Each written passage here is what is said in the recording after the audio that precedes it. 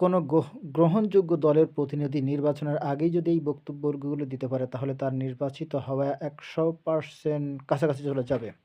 Number 1, নির্বাচিত হওয়ার পর দেশ সংস্কার ও উন্নয়নের পাশাপাশি বয়স্ক ভাতা নিশ্চিত করা, সে যে দলেরই হোক না কারো। যেই সমস্ত নারী এক বা একাধিক সন্তান রেখে ডিভোর্সি অথবা বিধবা হয়েছে তাদের সমস্ত খরচ সরকার বহন করা।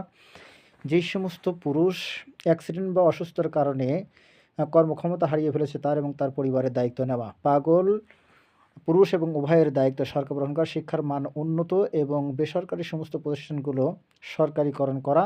বেকারত্ব 0 পয়েন্টে নিয়ে আসার চেষ্টা করা এবং সরকারি সমস্ত সেবা ফকির থেকে একেবারে মন্ত্রী লেভেল পর্যন্ত সবার জন্য সমানভাবে নিশ্চিত করা। এই কাজগুলো নির্বাচিত হওয়ার পর নির্বাচিত দল যদি করতে পারে তাহলে তার ক্ষমতা দীর্ঘায়িত হবে ইনশাআল্লাহ। ভিডিওটা বেশি, বেশি শেয়ার করবেন।